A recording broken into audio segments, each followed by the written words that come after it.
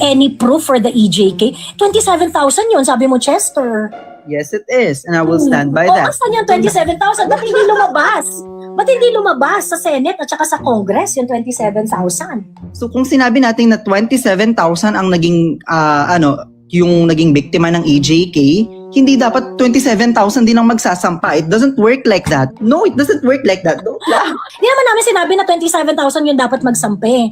As sinasabi dito, kung 27,000 sinasabi niyong death, you need to show proof that there is 27,000 deaths. If you are telling us that there is 27,000 deaths, you at least need to show that there is 27,000 body na pinatay. Hindi ko alam, Chester, no, kung alam mo kasi yung ibig sabihin ng corpus delicti.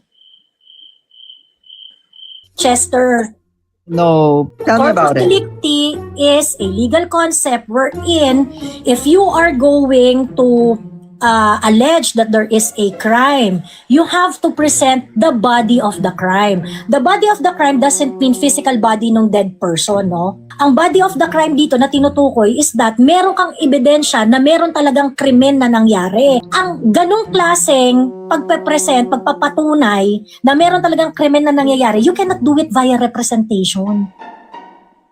Yeah, but I still would stand with that EJK is actually... Problema nyo na yan. Sorry. So, ibig sabihin, ikaw, maniniwala ka, laway lang ang puhunan. Yan ang difference natin. Kami, hindi kami ganun. Ito ang number na hindi mo madi-deny. When PRRD stepped down as the president, he is the highest rated president in the world's history at 91% approval rating. So, ibig sabihin, kung ano man yung ginawang war on drugs ni PRRD, aprobado yun sa masambayan ng Pilipino. Oh, how are you going to, gusto mo ibabangga mo yung 27,000 doon sa data ko? Yung data ko, statistically provable.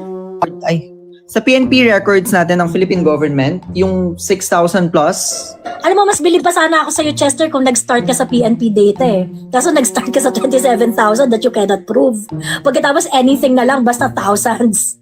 also yung pag-disregard nyo, mga DDS, sa paglilitis na ginagawa kay Rodrigo Duterte ngayon sa ICC. What about Yeah, that? disregard talaga namin kasi hindi naman tayo member nun eh. It's kidnapping. We do not recognize ICC. Hindi ko alam, kasi kayo, ICC citizens yata kayo eh. ICC, the Rome Statute requires that if you are going to surrender a person via arrest, okay, that person must follow the laws of the originating country. Otherwise, there is no valid surrender of a person that is sought to be arrested. So I would just like to ask you, Chester, since pinupush mo yung ating obligation sa ICC, were we able to comply with that requirement of ICC? Eh, ikaw nag-push eh. Kaya nga sinasabi ko sa'yo, kailangan mo sagutin to. Pag i-invoke mo yung ICC, yung Rome Statute, you also have to defend. Why did the ICC accepted PRRD kahit hindi valid yung arrest dito sa Pilipinas? Hindi naman sinunod yung batas dito on arrest eh. O game.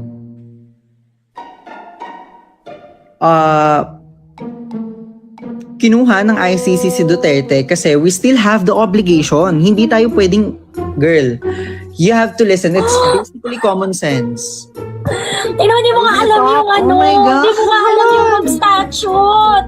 Chester, see? Kaya kita kinakat. Kasi Wait lang, you're cutting me because I'm proving you wrong. Wait lang You kasi. cannot prove me wrong. You cannot I answer can. You're not even a lawyer. Let me finish. Are you a lawyer? Nakamute ka, Chester. Do you still want to continue this? No, ma'am. I think it was a good talk already. It was nice talking to you. Okay. Hi, ma! Ayan, hello. Ano tayo? Gusto ko, hindi ako mag-share about DDS. Hindi ako DDS, hindi rin ako kakamping. So, introduce ko lang kung ano ako talaga. We're actually pro-Philippines tayo, no? Gusto ko, ma'am... Philippines rin naman kami, Chester. What Ma'am, made you think na hindi kami pro-Philippines? Okay. Anything you say. Gusto ko discussion tayo, ma'am. Let's educate each other based on our perspectives lang. Ne? So, I'm actually a public administration graduate. So, I've been studying public administration. And what makes public administration good is hindi tayo masyadong nakafocus sa political system. Rather, we focus more on, serving the people. So, when you actually talk about, kanina, sino yung kadebate mo kanina? Yung Mojo?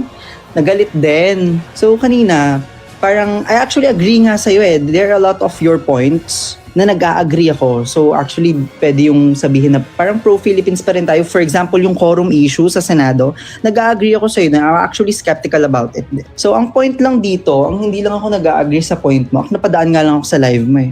Ang hindi lang ako nag-a-agree sa'yo dito is how you address kung paano nangyari yung EJK. Kasi for me, it's really wrong. It's really wrong. Actually, you keep on insisting na dapat i-acknowledge namin yung safety mo or i-acknowledge natin yung safety mo during... What's wrong about it? That you acknowledge our safety issues. Yeah, that's actually good na ina-acknowledge natin yung safetyness ng bawat Pilipino. But the thing is, those are the default. That's not the default during the time of Pinoy. I beg to disagree.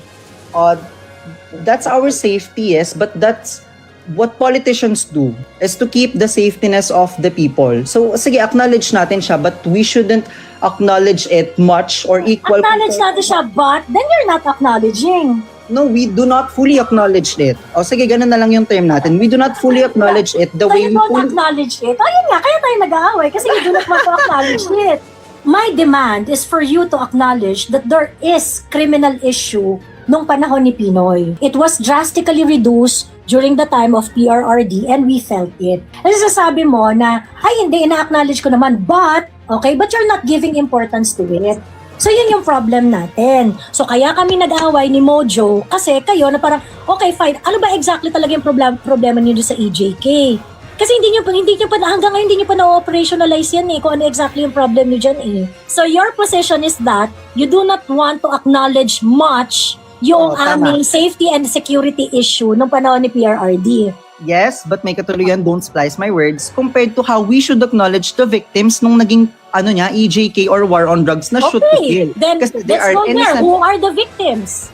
For example, we have Kion de los Santos, Atayo, Kian de los Santos is put into justice. but it's not fully acknowledged din kung paano natin bibigyan ng hustisya yung hundreds of Filipinos na naging Who biktima. are those hundreds of We can Filipinos? name them, of course. 100,000 should be named. 100,000 na? 27,000, sorry. 27,000? You have the list of names? Victims? And what's Yes, the proof of EJK. that? Research? Research? Where do we research the 27,000 deaths? Marami pong abogadong namatay, maraming kabataang Like namatay. who? Like who? It's 27,000. You can give us at least maybe 2,700 of that. But you also acknowledged it a while ago that there are No, I did not collateral acknowledge damage. it. Yes, As you did. sinabi ko- Yes, you did. Yes, you did, Sinasabi ma'am. ko, You did acknowledge the collateral victims Chester, of do not EJK. put words in my mouth. No, I'm not putting What words I in your agree mouth. Oh my is, God. Chester, follow me. Sabi mo, okay, di ba gusto mong buuin. You want to acknowledge our safety and security issue, but in the same manner that you do not want us to not acknowledge yung mga victims. Sabi ko, yes, we can acknowledge victims. Pero you give us the body. Where's the dead body? So kaya tayo nagpunta sa victims. Kaya pinapasubstantiate ko sa iyo ang victims. Then you told us, Kian de los Santos, whose case by the way is already resolved in the Supreme Court, justice is already served on Kian de los Santos. Dapat hindi na ginagamit yan eh. So ngayon, sabi mo 27,000. Then I'm asking you to substantiate it. Kasi pag may ilalabas mo yan, na-acknowledge talaga namin yan. Yan 27,000 death na yan. So you want us to acknowledge 27,000 death nang walang proof. Research daw. Saan? Kasi tagal na namin hinahanap yan. Oh, sige, I'll send it to you. Don't worry. Okay. Sige. Good luck. Okay. Saan? So ibig sabihin, hindi ka Sige. ready. Wala kang listahan noon. Okay, but we can't deny. You can't deny. No, I can deny. Kasi wala kang proof. Hindi, ito muna. You can't deny that there are collateral damage. Well, collateral damage happens in any aspect of life. So, what's the problem? Yeah, but the thing is, madaming collateral damage.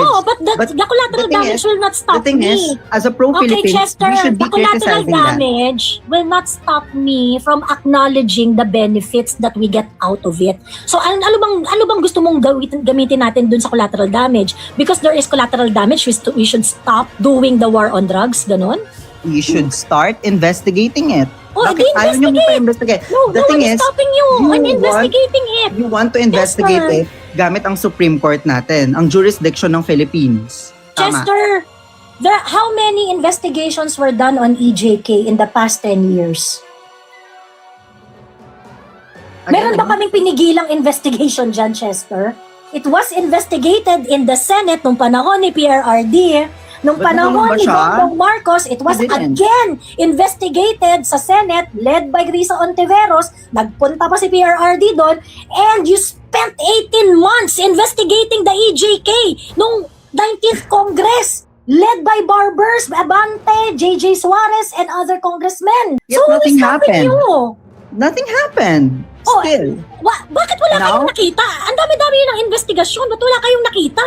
O sige, maraming investigation but did something happen? Now that the court... Exactly! that- Bakit wala kayong makuha ng ebidensya? Kasi kung may ebidensya kayo, napakulong nyo na si PRRD dito sa Pilipinas.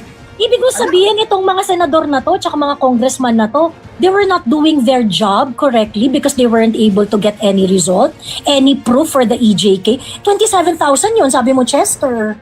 Yes, it is. And I will stand by O, that. asan yung 27,000? Ba't hindi lumabas? Ba't hindi lumabas sa Senate at saka sa Congress yung 27,000?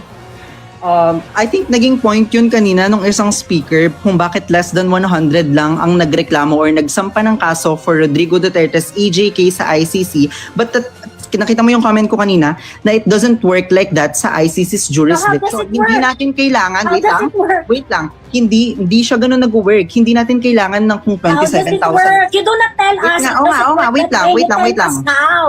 Kaya nga, ito nga sinasagot Oh. ko. So kung sinabi natin na 27,000 ang naging yung naging biktima ng EJK, hindi dapat 27,000 din ang magsasampa. It doesn't work like that. No, it doesn't work like that. No, it doesn't work like that. Yeah, that is why there is a You can search problem in your head, Chester. No. That's why doesn't work. that's why nasasabihan kayo na na hindi magaganda. It Kasi doesn't work naniniwala like that. kayo Hindi dyan natin eh. kailangan ng Okay. 27,000 na taong magdedemanda or magsasampa ng kaso sa kanya. You just give us a We need a proof. fact. Okay, Chester, wait lang Wait lang. Okay, wait lang, Chester. Ganito yan. Alam ko yung ibig mo sabihin. You do not need petitioner ng 27,000. Hindi naman yun yung sinasabi namin eh. Hindi nyo kasi naiintindihan yung premise namin. Okay? You are saying there is 27,000 deaths because of na-EJK sila sa war on drugs. And what you're saying is that, hindi, 100 yung nagsampa, ganyan-ganyan. Hindi naman ibig sabihin na kailangan 27 yung magsasampa. Hindi naman namin sinabi na 27,000 yung dapat magsampi. As sinasabi dito, kung 27,000 sinasabi yung death, you need to show proof that there is 27,000 deaths. Kasi ano yan eh, parang representation yung gusto nyong gamitin na legal concept dyan eh. The 100 is a representative of the 27,000 because what you want to prove is the scheme and the policy of the state that actually would result to census killing that would amount more or less to 27,000. Yan yung argument nyo. Yan yung argument nila Conti. Yan yung argument ninyo sa ICC. Trust me, I read it, Chester. Yun yung gusto nyong palabasin. Okay? But that is not how criminal hearing, criminal investigation works. Okay? If you are saying na merong 27,000 na pinatay, you have to prove first that there is 27,000 deaths. Ngayon, ini-insist ninyo ng mga abogado ninyo, okay, na hindi nyo kailangan mag-prove ng 27,000 deaths. Ang kailangan nyo lang i-prove yung 100 lang kasi madidemonstrate na na meron ng numbers na hindi mabilang na may napatay, kineso, ganyan-ganyan. Which is wrong. If you are telling us that there is 27,000 deaths, you at least need to show that there is 27,000 body na pinatay. Hindi ko alam, Chester, no, kung alam mo kasi yung ibig sabihin ng corpus delicti. Alam mo ba yung corpus delicti, Chester?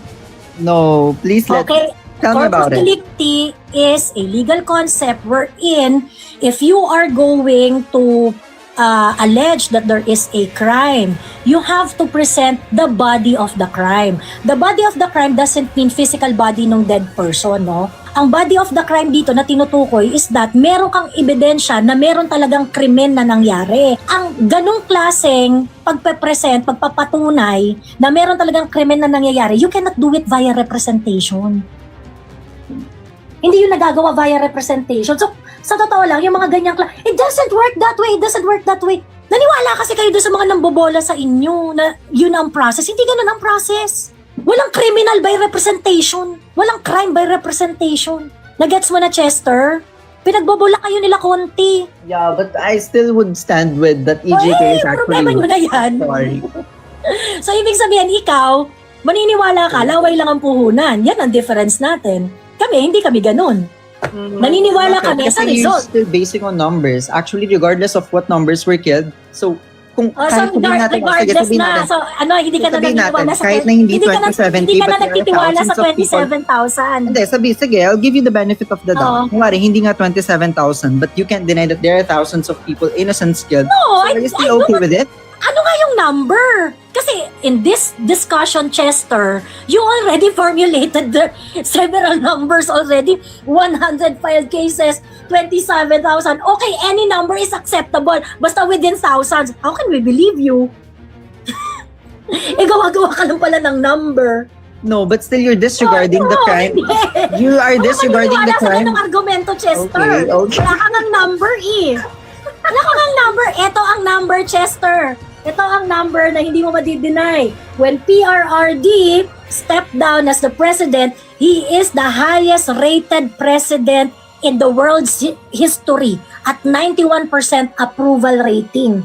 So what does that mean? Even if binato nyo na sa PRRD ng EJK issue noong panahon na siya ay presidente, pagbaba ni PRRD, sabi ng mga taong bayan, and this is a data presented at that time, 91% of the Filipinos approve. So ibig sabihin, kung ano man yung ginawang war on drugs ni PRRD, aprobado yun sa sambayan ng Pilipino. Oh, how are you going to, gusto mo ibabangga mo yung 27,000 doon sa data ko? Yung data ko, statistically provable. Isa man or hindi yung... Actually, there are Philippine government, sa PNP, sa PNP records natin ng Philippine government, yung 6,000 plus, is still that not enough? Not enough. I get it. You do you, ma'am. Yeah, you do you. We don't just create number for narrative. Alam mo, mas bilib pa sana ako sa'yo, Chester, kung nag-start ka sa PNP data eh. Kaso nag-start ka sa 27,000 that you cannot prove. Pagkatapos anything na lang, basta thousands. Ayun. So anyway, anything else, Chester, so we can move on to another speaker? Also, yung pag-disregard nyo, mga DDS, sa paglilitis na ginagawa kay Rodrigo Duterte ngayon sa ICC.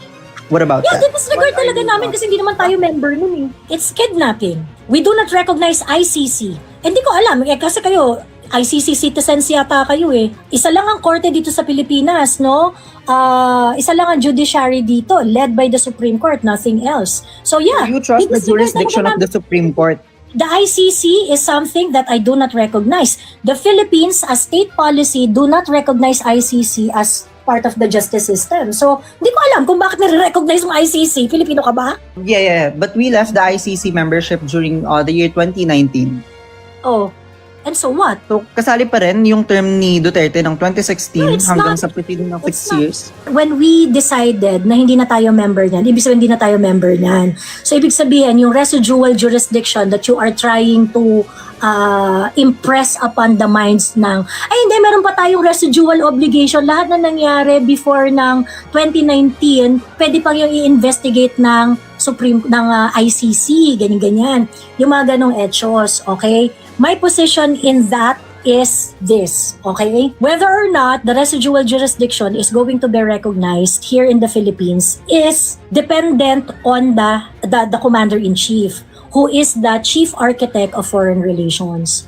Why did I say that? Because ICC bilang international court, kasi yun yung gusto nyo itawag sa ICC International Court, di ba? Bilang international court is covered by international policy of our nation.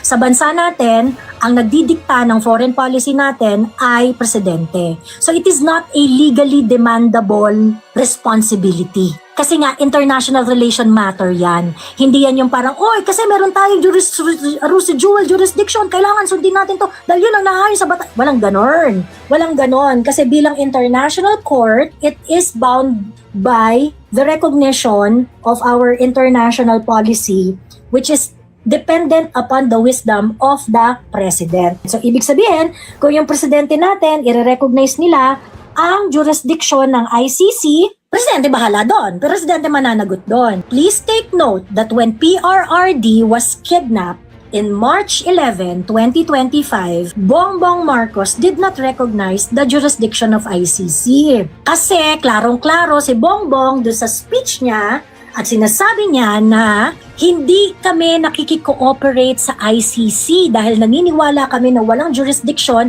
ang ICC sa atin, sa Pilipinas. Pero dahil meron tayong kasunduan sa Interpol at yung warrant of arrest ni PRRD ay pinadaan sa Interpol, ang sinusunod namin dito ay yung obligasyon namin sa Interpol, not necessarily sa ICC. Yun ang reason ni Bongbong, di ba? Nevertheless, PRRD was already surrendered in the ICC at pagkatapos, pinadala na siya. Kaya nga, that's why it's kidnapping. It's pure kidnapping. Ngayon, sabihin na natin yan na shortcutin na natin na nakadepende ang pagkilala sa residual jurisdiction ng ICC sa presidente. Okay? Sabihin na natin na ganon. However, in our Constitution, Chester, ang sabi doon, sa ating state policy, Article 2, yung state policies ng ating Constitution, Declaration ng state policies ng ating bansa. Ang sabi doon, in our international relations, the paramount consideration is, hulaan mo Chester, kung ano ang paramount consideration when we do international relations. I'm still listening, ma'am. Go Okay, on. national sovereignty. Ibig sabihin, pag meron kang desisyon, i-recognize namin ang ICC, ganyan. Hindi, sige, may jurisdiction ng ICC kay Bato or may jurisdiction ng ICC kay... Sabi ng Constitution natin, the paramount consideration should be national sovereignty. I think bilang public ad student, you know the meaning of national sovereignty, right?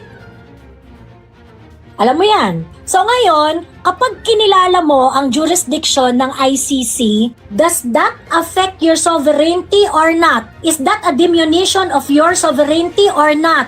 So how do we test? Pag na-recognize natin ng ICC, how do we test that there is a diminution of sovereignty or none? Kapag ang pag-recognize mo dyan sa international relations issue na yan would affect your own authority over your people, over your national territory, then there is a diminution of sovereignty. O for example, isa sa mga expression ng soberanya is Filipinos are subject to Philippine law. So ngayon, pagdadalin mo si Bato sa ICC nang hindi dumadaan sa Korte ng Pilipinas when in fact meron tayong Bill of Rights na nire-require na bago mo i-deprive ang isang tao ng kanyang liberty, kailangan ay magkaroon ng valid arrest. Nasa konstitusyon natin yan. So ngayon, kapag hindi mo kinary out yung sinasabi ng konstitusyon natin at naniwala ka na lang dun sa ICC na dadalin siya doon, hindi mo na binigyang daan yung ating Bill of Rights, which is basically the expression of your sovereignty over your people. So ngayon, pagkakinalala mo ba ang sovereignty? Pag kinilala mo ba ang residual jurisdiction ng ICC? Meron bang diminution ng national sovereignty o wala? The answer is meron. So ibig sabihin, pag ikaw presidente ka, even if you are bound to make decision on international relations, hindi ka po pwedeng gumawa ng mga desisyon sa international relations na magkakaroon ng diminution ng national sovereignty. When we talk about diminution of sovereignty, di ba, we talk about the state's full control when it comes sa pag-handle ng mga kaso, when it comes din sa pagiging politika ni Rodrigo Duterte. But when the ICC picked up Rodrigo Roa Duterte, walang diminution of sovereignty. I beg to Bakit disagree wala? with your point. Kasi Bakit wala? ICC, naging member tayo ng ICC. We are a member of ICC way back during Rodrigo's term ng EJK. So, nagkaroon, ikaw mismo nagsabi, nagkaroon Ano yung ng... justification anong justification sa Philippine law niyan? Nung pag-pick up kay PRRD. Kasi sa ICC, yung Rome Statute, Chester, sabi sa Rome Statute, I think it was Article 57 yata or 49, alin lang doon sa dalawa na yun. ICC, the Rome Statute requires that if you are going to surrender a person via arrest, okay, that person must follow the laws of the originating country. Otherwise, there is no valid surrender of a person that is sought to be arrested. So I would just like to ask you, Chester, since pinupush mo yung ating obligation sa ICC, were we able to comply with that requirement of ICC? Ikaw nag-push Kaya nga sinasabi ko sa'yo, kailangan mo sagutin to. Pag i-invoke mo yung ICC, yung Rome Statute, you also have to defend. Why did the ICC accepted PRRD kahit hindi valid yung arrest dito sa Pilipinas? Hindi naman sinunod yung batas dito on arrest O game. Kinuha ng ICC si Duterte kasi we still have the obligation. Hindi tayo pwedeng, girl, you have to listen. It's basically common sense. Hindi mo nga alam yung Oh my God. Hindi mo nga alam yung Rome Statute. Chester, see? Kaya kita kinakat. Kasi Wait lang, you're cutting me because I'm proving you wrong. Wait lang You kasi. cannot prove me wrong. You cannot I answer can. You're not even a lawyer. Let me finish. Are you a lawyer? Are you a lawyer? When you talk about You cannot tell me you're not a Halatang lawyer ina mo if you're rin. not a lawyer yourself. sige, Oh. ganito. You talked about diminution of sovereignty, di ba? No, Hindi answer tayo- my question. Sabi No, mo, let me finish my point. This meron is a tayong step-ladder responsibility. conversation. Meron tayong responsibility sa ICC, sabi mo, and I agree. Sige, for the sake of argument, I'm going to sige. agree with you. Meron Benefit of tayong the doubt, I responsibility. agree. So ngayon, ang tanong ko nga sa'yo, did we comply doon sa Rome Statute provision that the country of origin must comply with the law of the country of origin when it comes to arrest? Did the Philippines, being a country of origin, complied with our own laws nung sinurrender natin si PRRD? Yun ang sagutin mo. Kasi niraise mo na yung ICC kasi member tayo ng ICC, so meron tayong obligation doon. Paano yung obligation natin na Paano yung obligation natin na mag-comply sa pag-surrender ng isang individual sa originating country? Ba't hindi natin kinomply yun? More like kasi ng step-ladder argument. So let me finish my point. Sige. Sige, mag-start tayo dun sa una mong point when it comes to the diminution of sovereignty. So when ICC picked up Rodrigo Duterte, we still have the obligation sa ICC. Hindi tayo pwedeng, sige, may karapatan tayong basta-bastang umalis sa ICC, but we're still under the ICC when the judicial killings happen. So basically, it's basically common sense na aalis ka na lang dahil you know that there's a lot of cases faced upon you. That's basically, nonsense. So PRRD have to face that. So when it comes to the diminution of sovereignty, again, that's Actually, relevant na yung dinidiscuss mo kasi nasagot ko na yan kanina Nakamute ka, Chester. Nakamute ka, Chester. Do you still want to continue this? no, ma'am. I think it was a good talk already. It was nice talking to you. Okay. Okay. So anyway, ito yung point ko. Okay? Sinasabi niya kasi, andun siya sa, meron tayong obligation kasi 2019, Keneso. And I explained that already. That yung residual jurisdiction, it's a international relations issue. International relations issue in the structure of our government is vested upon the wisdom of the president. So yung president ang mag-ano niya, kung meron tayong international relations policy na gustong i-undertake, presidente ang magde-decide niyan. So hindi yan demandable right na parang, ito yung batas, kailangan ganito yung gawin. Hindi siya ganon. At least that's my take, And the reason why I said so is because meron tayong provision doon sa constitution natin na nagsasabi na yung national policy natin, kapag meron tayong national policy na ipursue, okay? The paramount consideration is national sovereignty. Okay? National sovereignty ang isa sa mga paramount consideration. So, ibig sabihin, kung kikilalanin ni Bongbong Marcos ang jurisdiction ng ICC, na by the way, hindi niya kinikilala, ang official stand ng Bongbong Marcos administration ngayon ay hindi niya yon kinikilala, hindi niya po pwede na kilalanin na lang basta-basta or ipadala na lang yung Pilipino doon sa ICC dahil ma-undermine niya yung mga processes dito sa bansa natin. Okay? Dahil ang isang Pilipino ay may karapatan na tanungin, usigin ang mga nag-aakusa sa kanya dito sa Pilipinas, maka face-to-face niya ito, okay? And also, kung i-deprive mo ang liberty ng isang tao, it must be done through a lawful arrest. Ngayon, ang tanong ko dito kay Chester, bakit ayaw mong ipasok yung Philippine laws Bakit parang panay ka ICC yung ginagamit mo dyan? Okay. Nevertheless, gusto mong ipasok yung ICC argument mo. Sila, hindi kasi member tayo niyan, ganyan. Oh, sige, sabihin na natin, i-take natin yung sinasabi mo na member tayo niyang ICC na yan. Yeah, I think it was Article 57. Article 59, arrest proceeding in custodial state. Okay? Sino yung custodial state? Ang custodial state, kung saan siyang bansa aarestuhin. A state party which has received a request for provisional arrest or for arrest and surrender shall immediately take steps to arrest the person in question in accordance with its laws and provision of Part 9. This is assuming na nag-a-agree tayo kay Chester. O sige Chester, mag-agree tayo, part pa tayo ng Rome Statute. So ibig sabihin, itong binabasa ko, which is part of the Rome Statute, you have to comply with this.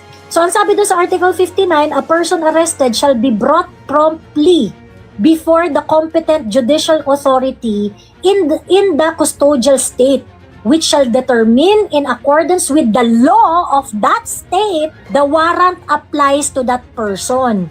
The person has been arrested in accordance with the proper process, and the person's rights has been respected. So itong arrest proceedings ba ito na nire-require ng ICC? Finalo ba yan dito sa custodial state, which is the Philippines? I'm sorry to interrupt you a while ago, ha? Pero kasi, since binibida mo na yung ICC at responsable tayo kamo, may obligasyon tayo sa ICC, ito yung isa sa mga obligasyon mo, oh. Ito yung isa sa mga obligasyon mo sa Rome Statute. So ginawa mo ba yan? Ginawa ba yan ng custodial state dito sa Pilipinas? So ngayon, kaya kayo nagtatakay na wala kaming pakialam sa ICC. Bulok ang ICC. Ito ang requirement ng ICC. Pagkatapos, yung papel na sinend nila Kanilaw sa ICC, nakalagay doon, finalo nyo ba ang batas sa Pilipinas? Was the right of the accused respected? Anong sagot nila Kanilaw? NA. Not sure. Pero tinanggap pa rin ng ICC. Ano pala tong ICC? Sarili nyong proceedings, hindi nyo maitama. So this is the reason why we do not respect ICC. You know, PRRD is going to be convicted in the ICC. At kayo lang na mga Pilipino na walang pakialam sa sarili nyong bansa, kundi politika lang ang habol ninyo, kayo magse-celebrate kayo, kami hindi. Kasi kayo lang naman naniniwala sa ICC. Korte nyo yan, hindi namin yan korte.